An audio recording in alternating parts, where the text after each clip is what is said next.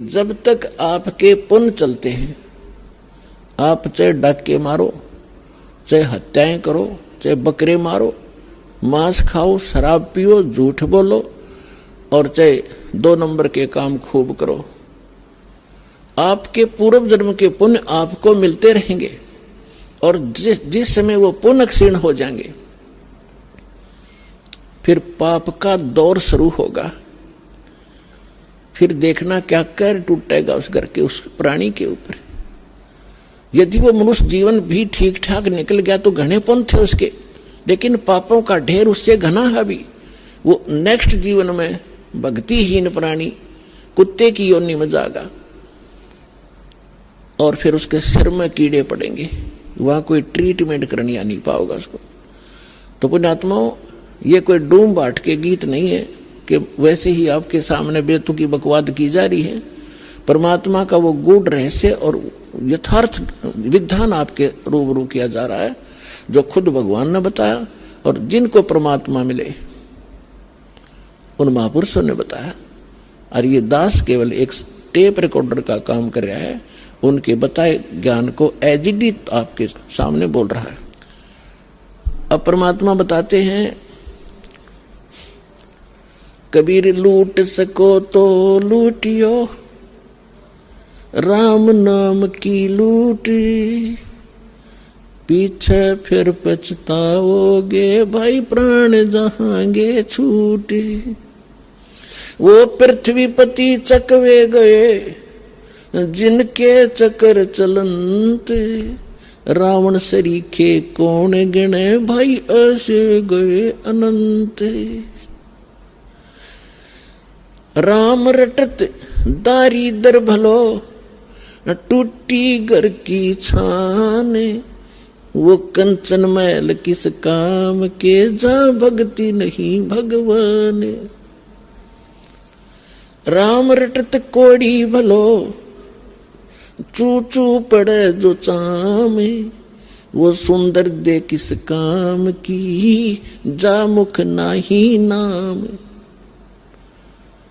कबीर जिव्या तो वाए भली, जो रटे हरि नाम, नहीं तो काट के फेंक दियो, ये मुख में भलो ना चामे।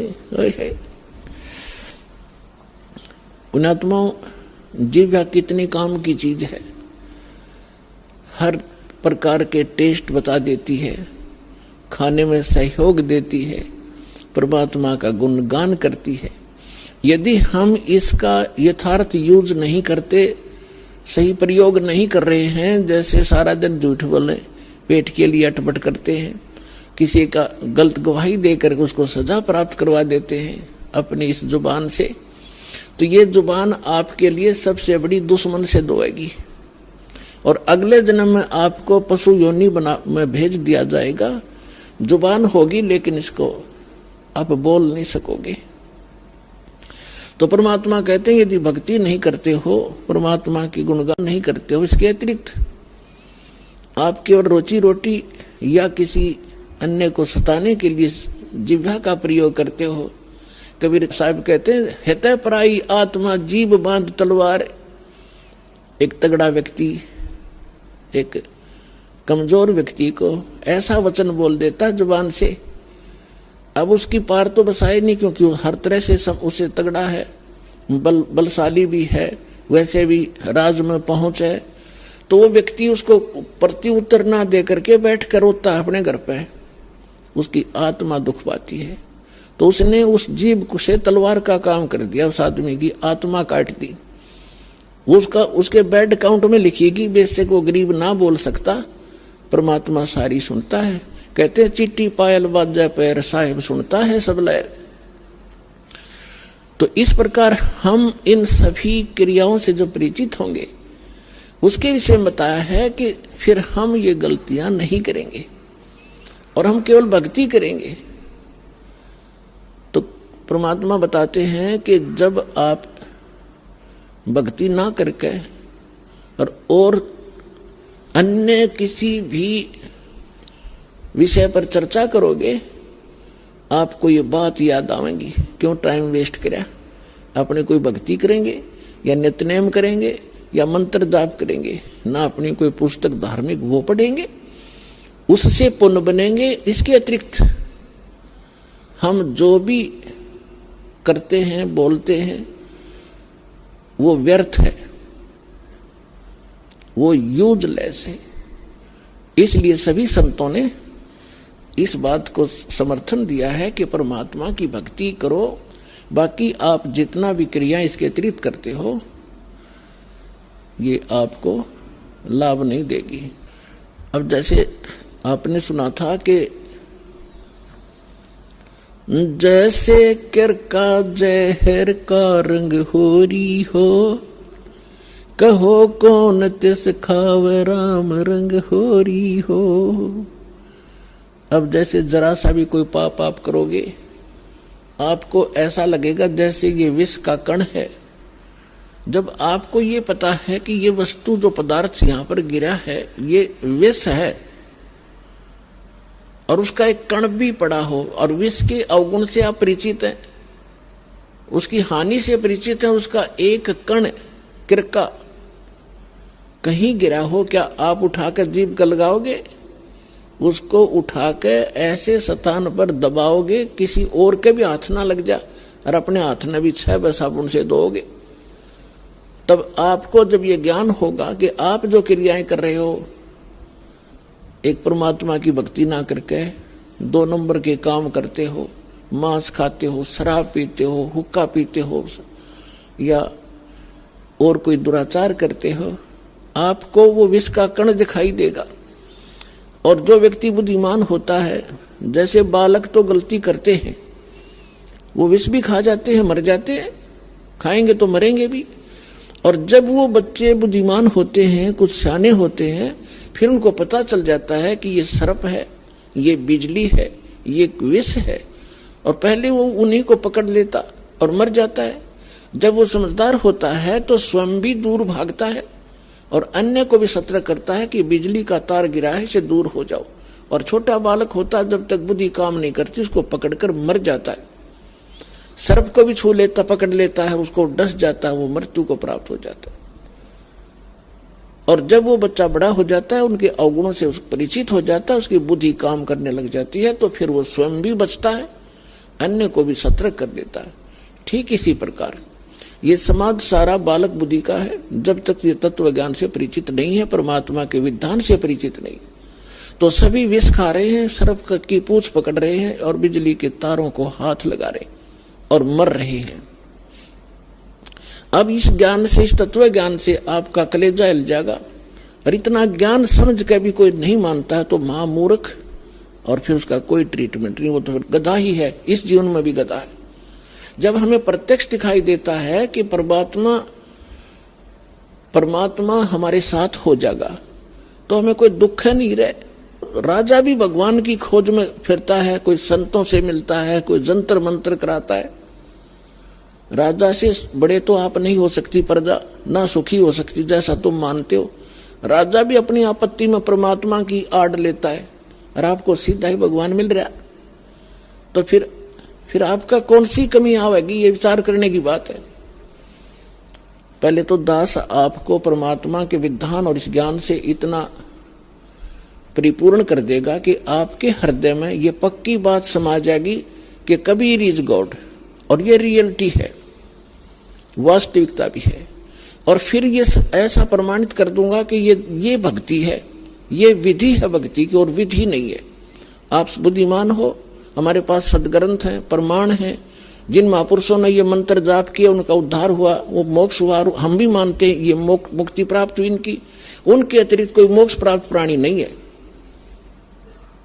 चाहे वो सिद्धि कितनी ही कर गया हो, चाहे वो कितने चमत्कार दिखाकर मर गया हो, लेकिन वो मोक्ष प्राप्त नहीं है। तो फिर कौन सी समस्या रहेगी? फिर मूर्खता की। जान बूझ साची तजय और करे झूठ तेने, ताकि संगत है प्रभु, फिर सोपन में भी ना दे। जो इतना ज्ञान समझकर फिर गलतियों पे गलती करता है तो बुद्धिमान व्यक्ति नहीं है, वो तो जानबूझकर बकवाद कर रहा है। अब परमात्मा क्या बताते हैं? राम नाम रटते रहो,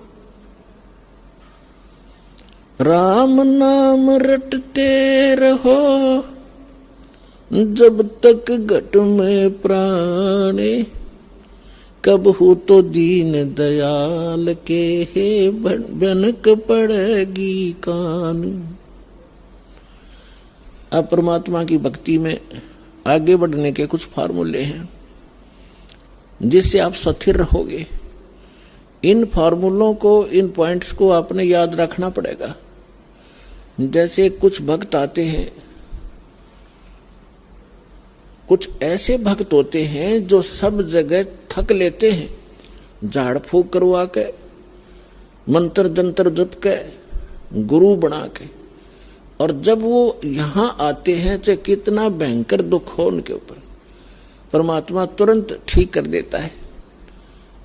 अब उनकी तो फिर परमात्मा की रजा होगी, उन कोई और ठिकाना नहीं रहा, भगवान से अतिरिक्त कोई जगह दिखाई नहीं देती। मालिक को सब पता है, अंतर्यामी है वो परमात्मा। वो दूर तक जानता है कि आने वाली आत्मा क्या उद्देश्य लेकर इस दरबार में आई है, उसी तरह से उसका उपचार होता है। तो ऐसे आते हैं, उनको तुरंत देखो। दास तो एक पीएन है उस कबीर भगवान का, चपड़ासी हूं। आपकी अर्जी दास के पास आती है, दास उस परम पिता की टेबल पर रख देता है। अब उसने यस और नो उस कबीर भगवान ने करनी है, और यहाँ सेकंडों में होती है। यहाँ कोई कार्यालय नहीं है, वह साइन होगा फिर वापस आओगी। सेकंड्स के भी कुछ क्षणों में वो सब अर्जी परमात्मा फैसला करता है। तो जो भी आता है, जैसी उसकी अंतःकरण की भावना होती है, दास आपकी अर्जी दास के पास, दास की परमात्मा के पास, तो फिर करना उस मालिक ने है। तो कुछ ऐसे आते हैं, उनको तुरंत राहत मिलती है। मालिक को पता कि अब ये कहीं नहीं जाएंगे मेरे बच्चे, सब जगह थक लिए धक्के खा के। कुछ ऐसे आते हैं, हमारे भक्त कहते हैं चलो वहां जाते ठीक हो जाओगे, चलो वहां जाते ठीक हो जाओगे। अब वो आ जाते हैं, दुखी दिन तो आना ही होता है, लेकिन वो जैसे कुछ और रखते हैं कि ठीक है चलते हैं, ठीक हो गया तो ठीक है, नहीं तो नहीं। तो ऐसे नहीं बनती बात है। तो इसलिए दास सबसे पहले आपसे कहता है कि किसी को भी आप प्रेरित करो, अच्छी बात है, क्योंकि भूले को राह दिखाना एक परम कर्तव्य बनता सब है नागरिक का। तो ये सब भूले पड़े हैं, लेकिन उनको पहले ज्ञान समझाओ, उनको पुस्तक दो ज्ञान गंगा। और ये ज्ञान गंगा पुस्तक जो है, और भी कोई हमारी सीडी है बनाई हुई, या कोई भी परमात्मा का लिटरेचर जो इस दास के सत्संगों से बना है, उनको दो पढ़ने के लिए। और ये एक ऐसा ज्ञान है परमात्मा का, कबीर साहब कहते हैं और ज्ञान सब ज्ञानड़ी, और कबीर ज्ञान सो ज्ञान, और जैसे गोला तोब का करता चले मैदान। तो पहले उनको ज्ञान से समझाओ, फिर वो ज्ञान से परिपूर्ण होकर फिर यहाँ आएंगे। जब तक ज्ञान से परिपूर्ण होकर यहाँ नहीं आएंगे तो वो फिर डगमग हो जाएंगे। परमात्मा इस चीज को लाइक नहीं करते कि ये डरे थे, पहले ढो ही रहे थे, 36 जगह भटक लिए, नकली गुरुओं के पास धक्के खा लिए, जीवन नाश कर दिया इन्होंने। तो अब अपने परमात्मा को पहचान कर फिर यहाँ लगे। तो इसमें क्या होता है कि फिर दूसरा इसका कारण ये होता है, जैसे किसी डॉक्टर के पास रोगी जाते हैं, एक ही जैसा रोग होता है, एक व्यक्ति को तो 2-3 खुराकों में राहत मिल जाती है, और दूसरे को 3 महीने गोलियां खाने का निर्देश दिया जाता है डॉक्टर के द्वारा। तो उसके रोग में अंतर है। ये वो नहीं सोचा इसका तो 2 खुराक में ठीक कर दिया, मैंने 3 महीने खानी पड़ेगी, मैं तो नहीं खाने का, तो ना खाने का तो मर जाने का, और क्या इलाज है। अब उसका रोग इतना गहरा नहीं था, जो जल्दी समय पर आ गया तो ठीक हो गया, और उसने वो 3 महीने खानी ही पड़ेंगी और ठीक होगा, क्योंकि टेबलेट वो कारगर है। तो पुण्यात्माओं, इस संसार में 21 ब्रह्मांड में दास के अतिरिक्त कोई संत नहीं, और कबीर साहब के अतिरिक्त कोई भगवान नहीं। और जो समाधान दास देता है उससे सारे काम ठीक होंगे, आपके संसारिक सुख, शारीरिक रोग सब दूर होंगे, संसारिक सुख प्राप्त होंगे, संसारिक दुख, मानसिक दुख, भूत प्रेत की बाधा, पितृ बाधा, चाहे कितना भयंकर हो, किसी प्रकार की, चाहे घाल तक डाल रखी हो, चाहे चौकी तक छोड़ रखी हो, यहाँ 1 सेकंड का काम है भगवान का। हम धड़े दुपटे नहीं लाते, परमात्मा के उस शब्द में इतनी ताकत है, जो मंत्र हम देते हैं अपने आप सब भाग जाते हैं।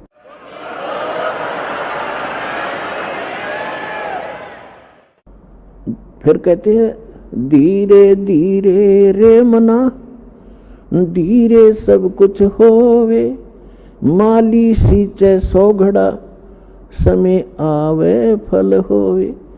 अब ये फार्मूले आपने याद रखने इस मार्ग पर कि धीरे धीरे रे मना, धीरे सब कुछ हो। आप बच्चे को स्कूल में भेजते हो प्रथम कक्षा में, और फिर उसको परिपूर्ण ज्ञान प्राप्त कराने के लिए, रोजी रोटी के योग्य बनाने के लिए 20 वर्ष तक 15 वर्ष तक फ्री छोड़ देते हो। BA करके फिर वो 5-4 वर्ष का कोर्स भी करता है, और फिर 2 रोटी का साधन उसको बनता है। अगर वो सफल हो जाता है और बढ़िया होता है, फिर सारा उसका जीवन रोजी रोटी की समस्या हल हो जाती है। ठीक इसी प्रकार आपने ये आम का बीज बोया है भक्ति, सत भक्ति। अभी तक आपने बबूल बो रखी थी, और बबूल बीज का ये आशा कर रहे थे कि हमें आम मिलेंगे मीठे मीठे, तो बबूल के तो काटे ही मिलेंगे। आम की इंतजार, आम की आशा व्यर्थ थी। तो जितने भी ये संत हैं, पंथ हैं और श्रद्धालु हैं, ये बेचारे उनको संत मानकर चले गए। उन्होंने राम नाम दे दिया, अब बीज दे दिया आम का कह के, और है वो बबूल का। उन बीज भी दिया, यानी साधना भी कर रहे हैं जैसा गुरुजी बता रहे हैं, वो फल भी रहा है। कुछ कहते हमें ऐसे दिखाई देता है, प्रकाश दिखता है, वो प्रकाश से का बीज दे रखा है तुम्हारे। प्रकाश यु काल है, ज्योत स्वरूपी निरंजन। तो आम का बीज कह के सतलोक सतपुरुष की कथा सुना के आपको बीज दे दिए काल के। 5 नाम काल के जानो, ये राधा स्वामी वाले। और सभी आस लगाए बैठे में सुख होगा, हमें मोक्ष मिलेगा, सपने में भी इंतजार मत करना। बीज आम का बीजिए और फिर वो प्रोसेस अपनाइए जो एक बीज को बो के पेड़ बनाने तक जो क्रियाएं की जाती है, और फिर देखना। तो अब आपको आम का बीज मिला है, इसको बोइए, बीज दिया, अब इसकी सिंचाई कीजिए, इसकी सुरक्षा कीजिए। अब सिंचाई क्या है देखो पुण्यात्माओं, दास इस मार्ग का मास्टर है, इस मार्ग का डॉक्टर है। आप सभी विद्यार्थी हो, दूसरे शब्दों में आप जन्म मरण के रोगी हो। तो इस दास को इसका पूरा कंप्लीट कोर्स पता है, आपको बताया जाता है, तो आप जी वैसे ही कीजिए और फिर देखना इसकी सफलता कैसे। जैसे ये मंत्र हैं, ये तो समझो बीज है। ये मंत्र जाप कर आपको दिए जाते हैं, ये तो समझो बीज है, बो दिया आपके अंतःकरण में, वचन की शक्ति तय प्रवेश कर दिया। अब इसकी सिंचाई करनी है, इसमें खाद पानी डालना है।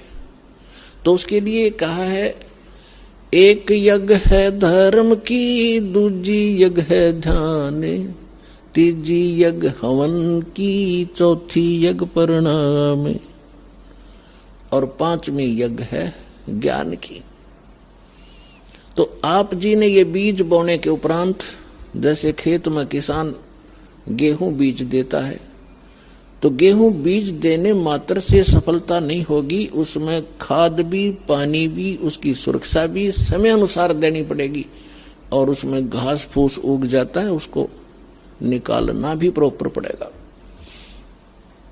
तब वो सफलता प्राप्त होगी। इसी प्रकार आप जी ने ये 5 यज्ञ इस मंत्र के पैरेलल करनी पड़ेंगी।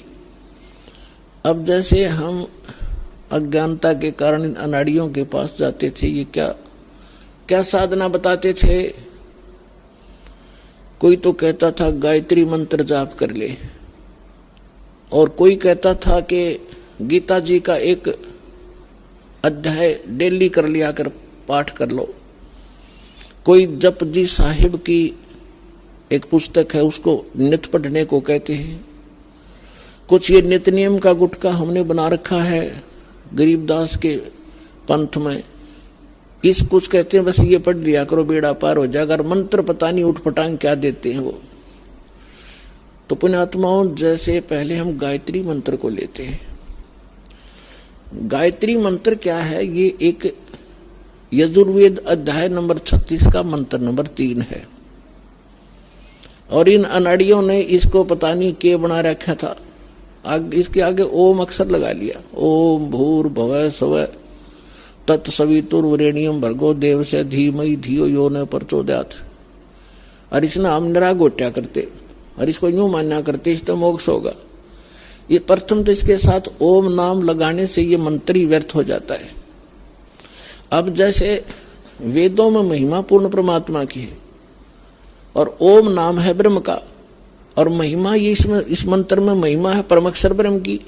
यदि हम कोई पत्र लिखते हैं और उसमें शुरुआत में लिखते हैं मुख्यमंत्री या मंत्री, और वो भेजनी थी हमने प्रधानमंत्री के, तो प्रधानमंत्री के पास नहीं जाएगी वो एप्लीकेशन। जिसको आपने एड्रेस किया वहां जाएगी, और वो उसका अधिकारी नहीं उसका आपकी एप्लीकेशन को सुन ले, कुछ काम कर दे। हमने प्रधानमंत्री के एप्लीकेशन भेजनी थी और उससे हमें लाभ मिलना था। एड्रेस कर दिया वो मंत्री के या मुख्यमंत्री के, तो होगी व्यर्थ। तो ये ओम नाम इसके साथ लगाकर इसका और काम बिगाड़ लिया इन्होंने। दूसरी बात रही, अगर यदि इस ओम नाम ना लगा के और भूर्भाव से शुरू करके इसका बार बार आवृत्ति करते रहे, रिपीटेशन करते रहे, तो इससे लाभ क्या होगा? इसके अंदर लिखा है जैसे इलेक्ट्रिसिटी विद्युत, इस बिजली के गुण लिखे हो कहीं पे कि बिजली पंखा चलाती है, अंधेरे को उजाले में बदल देती है, और ये ट्यूबवेल से जल निकाल देती है, आटा पीस देती है, पंखा चलाती है। तो इसके गुण लिखे हैं ये। इसको चाहे श्लोक बना लो, इसकी चाहे कविता बना लो, चाहे इसका कोई भजन शब्द बनाकर ढोलक पीट कर गा लो, चाहे सारंगी ठागा हारमोनियम बांध कर गा लो, वो गुण चाहे वैसे बता लो कि बिजली पंखा चलाती है, बिजली अंधेरे को उजाले में बदल देती है, ट्यूबवेल से जल निकालकर सिंचाई कर देती है, और बिजली आटा पीस देती है, पशुओं का चारा काट देती है। तो ये गुण तो उसके अंदर विद्यमान है। इसने एक बार पढ़ लो, चाहे इसने सारी उम्र बांच लो, वो गुण उसमें विद्यमान है। पर वो प्राप्त कैसे होंगे आपको? वो गुण प्राप्त कैसे हो, वो मेथड कौन सा है, वो भिन्न है। ये तो ज्ञान हो गया, ज्ञान यज्ञ है ये कि इस वस्तु में ये गुण है। अब वो प्राप्त कैसे हो वो गुण, उसके लिए सारा तरीका ही अलग है। उसके लिए उस ऑफिस का पता चाहिए जहां से वो कनेक्शन मिलता है। वहां फिर जाकर वो कहेंगे ये फार्म भरो, ये फॉर्मेलिटी लाओ, वो सारा पूरा करके एप्लीकेशन लगाओ, समय आने पर आपका कनेक्शन मिल जाएगा। तो जो गुण गाया करते थे आप उस बिजली के, अब आपको वो प्राप्त होने शुरू हो गए। फिर गाओ चाहे मत गाओ, वो गुण आपके शुरू हो गए। और फिर भी वो अच्छा है, बिजली बटन दबा दे, इतना ज्ञान तो रहना ही चाहिए कि बल्ब जगाना है ये बटन दबाओ, मोटर चलानी है ये दबाओ। ज्ञान यज्ञ फिर भी पैरेलल रहेगी, तो वो आपको सहयोग देगा, लेकिन जब तक कनेक्शन नहीं मिलेगा वो लाभ प्राप्त नहीं होंगे। तो इसी प्रकार पुण्यात्माओं, अभी तक ये ज्ञान का टोटा रहा और हम धोखा यूं खाते रहे कि ये संत जो है ये पहुंचे हुए हैं। बताइए, सतपाल जी महाराज और ये बाल योगेश्वर जैसे, इन्हें कक्का नहीं पता भक्ति मार्ग का, ये सासाराम महाराज जैसे, और करोड़ों को डुबो के और ये अपना जीवन नाश करके चले जाएंगे। अब ये परमात्मा कहते हैं गुरुआ गाम बिगाड़े संतो गुरुआ गाम बिगाड़े, ऐसे कर्म जीव कला दिए ईव जड़े ना जाड़े। ऐसे उठ जाते हैं, न समझाओ तो उल्टे पड़े, नो कहो वाह भाई वाह निंदा करता रामपाल। तो अरे भले आदमियों, इसे बड़े बड़े माइक लाकर टेलीविजन पर मैंने निंदा करने में टाइम पाया। ऐसा मूर्ख हूं मैं कि मैं निंदा करूं, अपने कर्म बिगाड़ू। परमात्मा कहते हैं तिनका कबू ना नींदिए जो पाया तले हो, और कभी उड़ आखन पड़े पीर घड़ेरी हो। हम तो तिनके की निंदा नहीं कर सकते, इतना पाप लगे हमारे को।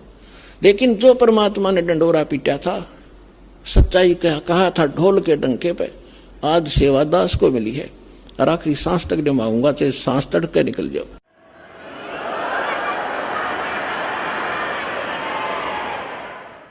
अब इसको कोई निंदा समझता है तो उसने भांग पी रखी है या कति अनजान आदमी है। अब जैसे किसी ने नकली नोट बना लिए थे पीछे, और बहुत भी बनाते रहते हैं समय समय पर, और सरकार क्या करती है, डुप्लीकेट और ओरिजिनल को दोनों को साथ साथ दिखाती है। टीवी के माध्यम से, समाचार पत्रों के माध्यम से दोनों के फोटो दिखाए जाते हैं और बताया जाता है कि नकली ये है, ओरिजिनल में ये गुण है, इनमें ये भिन्नता है। तो क्या सरकार आलोचना करती है, महापरोपकार करती है, ना ठग लूट ले जाते संसार को। तो ये दास कर रहा है। हमारे ओरिजिनल नोट है हमारे सदग्रंथ और वो महापुरुषों की अमर वाणी जिनको भगवान मिला, और ये डुप्लीकेट अनुभव है इन संतों के जो उनसे मेल नहीं खाते, उनको त्याग दो, ओरिजिनल नोट ग्रहण करो बरवाला आश्रम में आके। इतनी सी बात है। अब इसको कोई निंदा कहता है तो कुछ दिनों में फिर वो इस ज्ञान को समझकर गुणगान किया करेगा, रोया करेगा एकांत में बैठ के, कैसे महापुरुष के बारे में मैंने क्या शब्द बोल दिए।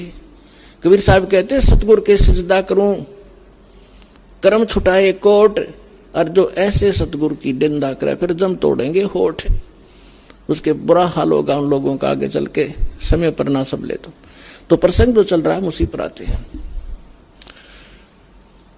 इस भक्ति बीज को सफल करने के लिए बहुत से प्रोसेस है, प्रोसीजर है।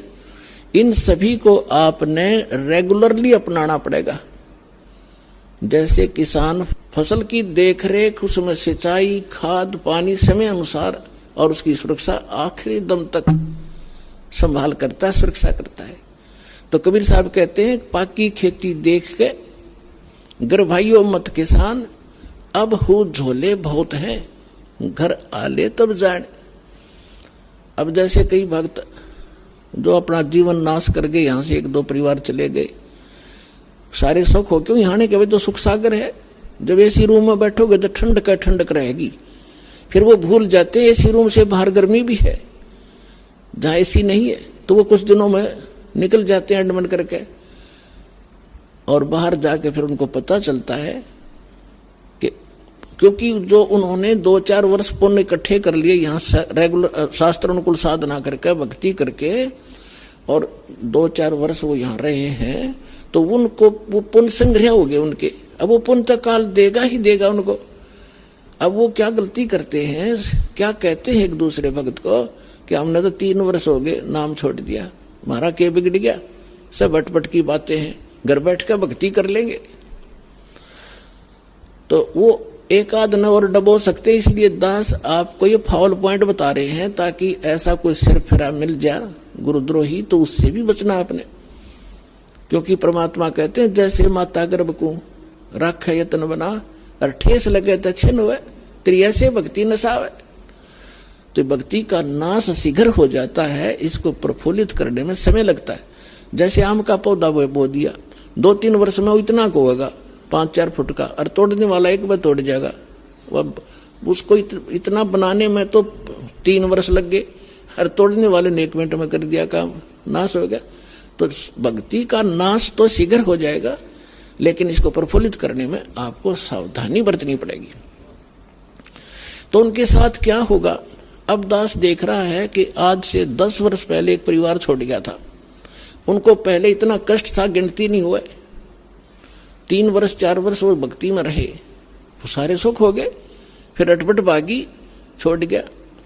अब 10 वर्ष के बाद फिर नाक रगड़ा, नाक है कि हम पे तो वही दुख फेर हो गए। और मैं रोज यही आपको रोज सतर्क कर रहा हूं कि ये गलती मत करो, मत करो, आप मार खा जाओगे।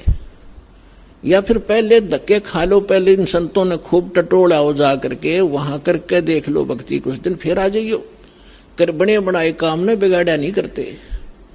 तो इसलिए जो भी हम कोई ज्ञान प्रचार करवाते हैं उनको पहले कह देते हैं कि उनको नियम पहले बताओ, नियम समझ में आवे तो आ जाइयो, ना फिर और थोड़े से दिन तसल्ली कर लो फिर आ जाना। प्रथम नियम है, बाद में भक्ति, और फिर ना सफलता हो तो हमें बताइए। तो हम मार खाते अपनी गलती से। सतगुरु के दरबार में कमी कहेगी ना, अनसा मौज नहीं पावता तेरी चूक चाकरी मां। परमेश्वर कबीर जी की डिक्शनरी में इम्पॉसिबल वर्ड नहीं है। हम उससे लाभ नहीं प्राप्त कर पा रहे हैं तो कहते हैं आपकी कोई चूक चाकरी में।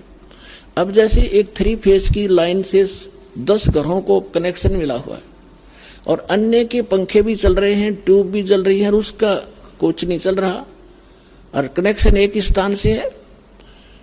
आप कंप्लेन करोगे बिजली विभाग में तो वो मीटर तक चेक करेंगे, वो कहेंगे यहां तक लाइट है, आगे अपने पंखे कूलर तुम देखो आगे क्या डिफेक्ट है।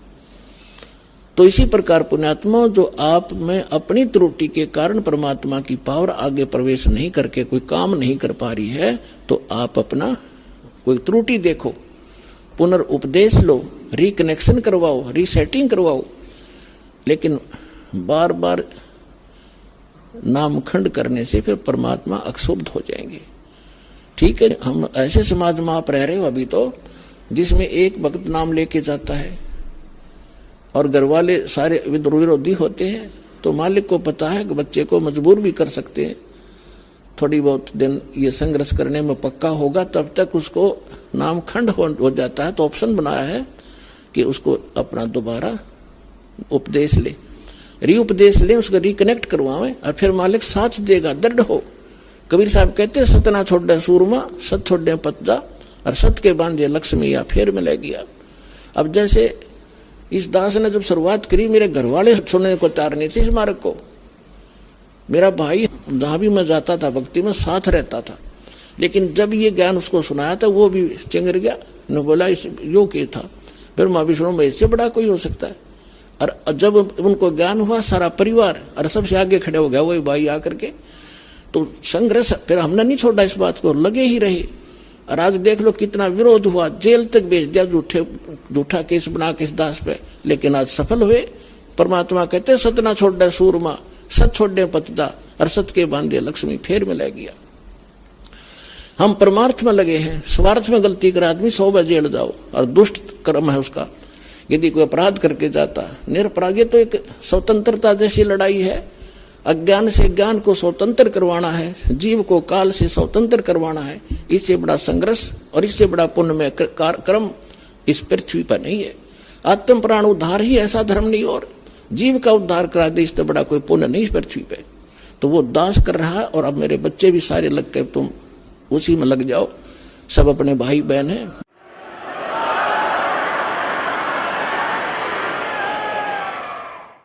सबको सुख होगा, सभी दुखी हैं, सबको भगवान की चाह है, लेकिन ये काल के 2-3 घेरे बैठे हैं। अज्ञानी बना के आप उनको विद्वान बनाओ, साथ में उन कैसेट सुनाओ, पुस्तकें भेजो उनके पास जैसे तैसे करके। और जब उनको ज्ञान होगा, जब कोई ना रहे वहां पर, अब दौड़े दौड़े आ रहे हैं भगत सारे, छोटे छोटे कर नकलियों को रो रहे हैं अपने कर्मों को। 20 वर्ष खो दिया, 10 वर्ष खो दिए, 13 वर्ष नाश कर दिया अपने जीवन का, केवल दुख इकट्ठे हो गए। कोई बात नहीं, अब आपको भगवान मिल जाएंगे, आपके सुख भी होंगे और आपका मोक्ष भी होगा। अब जो प्रसंग चल रहा है कि इस भक्ति रूपी बीज को और इस फसल को वही परिपूर्ण करेगा जो इसके बारे में पूर्ण ज्ञान हो जाएगा जिसको। जैसे किसान खेती बोता है, हमारे हरियाणा क्षेत्र में नहर से सिंचाई की जाती है, और गेहूं का फसल जो है सर्दियों में ही परिपक्व होती है। दिसंबर जनवरी के महीने में यहाँ इतनी भयंकर गर्म सर्दी पड़ती है, शीत लहर चलती है, हम अपने कमरे कक्ष बंद करके रजाई ओढ़ के कंबल जोड़ते हैं या कोई हीटर वगैरह लगा के अपने को ताप प्राप्त कराते। और उस समय उस किसान का खेतों में पानी लगाने का नहर का समय होता है। अब उस सर्दी को देखे कोई बाहर ना निकले, पड़ोस के दूसरे घर में भी जाना हो तो इन्हों सोचा सुबह जाऊंगा, अब तो बहुत ठंड है बाहर, आलस कर जाएगा। लेकिन वो किसान आलस नहीं करता। इतनी काली पीली रात होती है, ऊपर से सर्दी गिर रही होती है, भयंकर तेज हवा चल रही होती है, और वो खेत में पहुंच जाता कस्सी लेकर, और जो कंबल वगैरह छोटा मोटा ले रखा उसको भी रख देता है एक तरफ। उस समय जब वो पानी लगाने लगता है और घुटनों पानी में खड़ा हो जाता है और ऊपर से शीत लहर चल रही होती है, तो वो अपने उस मार्ग का, उस फसल को परिपक्व करने का पूर्ण मास्टर है। उसको ये मालूम है जब मैं आज आलस कर गया और सर्दी से डर के कमरे में बैठा रहा, पानी का समय निकल जाएगा, मेरी फसल सूख जाएगी, मेरे बच्चे भूखे मरेंगे और मैं निर्धन हो जाऊंगा। इसलिए वो सिर धड़की बाजी लाकर चाहे सांप काटो, चाहे कांटे लागो, और चाहे नमुनिया हो, उस काम ने करके छोड़ेगा और सफल भी होगा। फिर खेत में काट के लाओगा भर के गाड़ी। तो पुण्यात्माओं, आप जिस समय इस मार्ग के ऐसे मास्टर बन जाओगे, उस समय आप देखना ये संघर्ष करोगे ही करोगे, चाहे कितना ही दुख हो। दुख तो माल्य के मार्ग में होता नहीं, लेकिन हम महसूस थोड़ा सा कर लेते हैं, परमात्मा फिर साथ रहता है। आप जब माली के लिए संघर्ष करते हो, वो कोई बालक थोड़ा ही है। पिछले इतिहास देख लो, मीराबाई ने संघर्ष किया, उसके साथ कैसे कैर ढाए थे, और मालिक ने पल पल पर मदद की उसकी। विष का प्याला प्यार दिया था तो नहीं मरी। विष का गुण है, नाश कर देता है बॉडी को, और परमात्मा ने गुण बदल दिया भक्त के कारण। तो उसके हाथ में सब पावर है। तो हम अपने भगवान को, उस समर्थ परमात्मा को पहचान कर और इस मालिक के मार्ग को ग्रहण करके फिर इतना दृढ़ होकर चलना पड़ेगा अपने। फिर सफलता देखियो, फिर इसका फल देखना, यहां भी सुख होगे और सतलोक में जाओगे सीधे जहाज में बैठ के। ये गारंटी देता है दास आपको।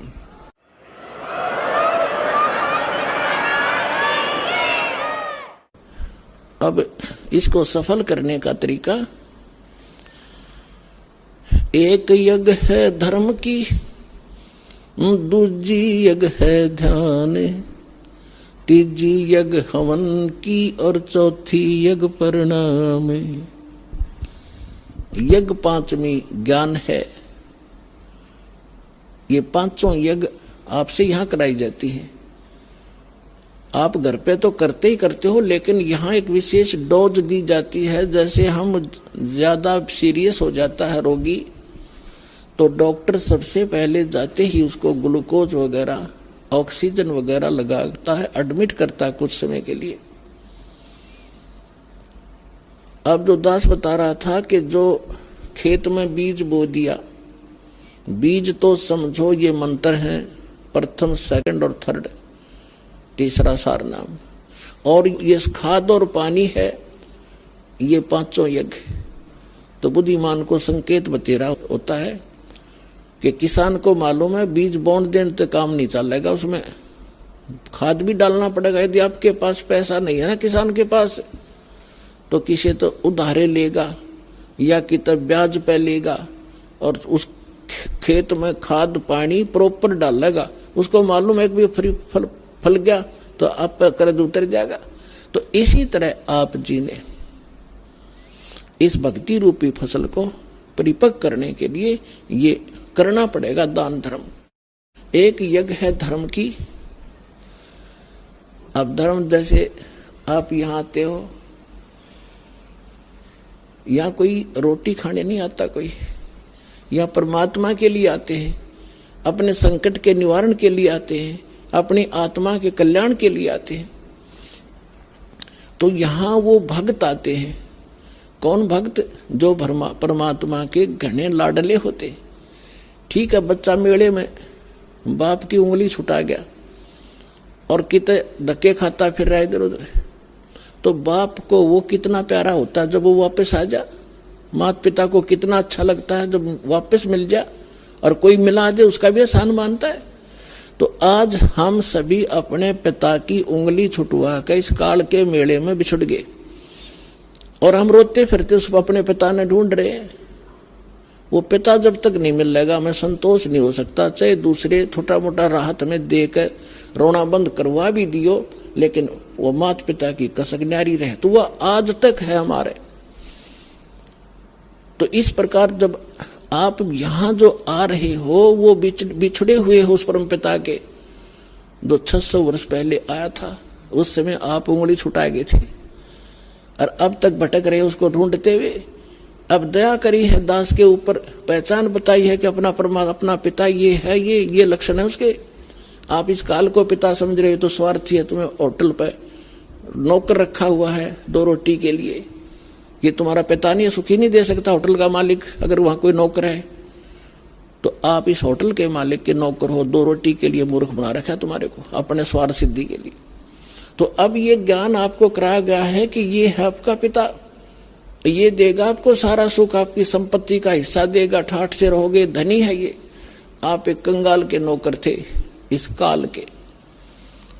तो अब जितने भी भक्त आत्मा यहाँ आ रहे हैं और जो इनको माध्यम बनता है अपने पिता का घर बताने के लिए, उसका भी एहसान परमात्मा उसको भी इतना ही क्रेडिट देता है। अब यहां तक बताया है परमेश्वर ने अपनी वाणी में कि एक जीव को उस काल के खेमे तय, काल के ग्रुप से निकाल कर और परमात्मा से जोड़ देगा, बता देगा रास्ता ठीक। उसको इतना पुण्य होगा जैसे करोड़ गायें हत्थे में कटती हुई बचा दी हो, इतना पुण्य मिलेगा उस प्राणी को जो यहां तक का रास्ता बता देता है। और यहां आ जाता उसका तो कहना है कि कितना फल मिलेगा।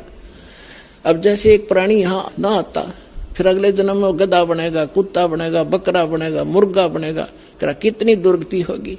और उसका वो कैर टलवा दिया उस प्यारी आत्मा ने, समझदार ने, और अपने पिता के घर छोड़ दिया। अब उसके वो सारे कैर टल गए और उसको क्रेडिट मिला। एक धनी का बेटा खोजा, बताने वाले को भी नाम दे देता है, लाखों रुपए, ले भाई बेटी खोजा, गुम हो जाती है, बताने वाले को भी लाखों रुपए नाम देता है। तो ये क्रेडिट भगवान का इंटरनल है, बाहर दिखाई नहीं देता। परमात्मा के एक वचन पर विश्वास कीजिए और इस धर्म के मार्ग को आगे बढ़ाइए। अब यहाँ जो पुण्यात्मा आते हैं, परमात्मा के बच्चे आते हैं, विशेष प्यारे आत्माएं आती हैं, वैसे तो नहीं आते। बाकी और लोग गालियां देते हैं, वो ऐसा है, लूटता है, फलान करता है। या तो यहाँ आने वाले को पता चलता हम लूटते हैं, क्या करते हैं।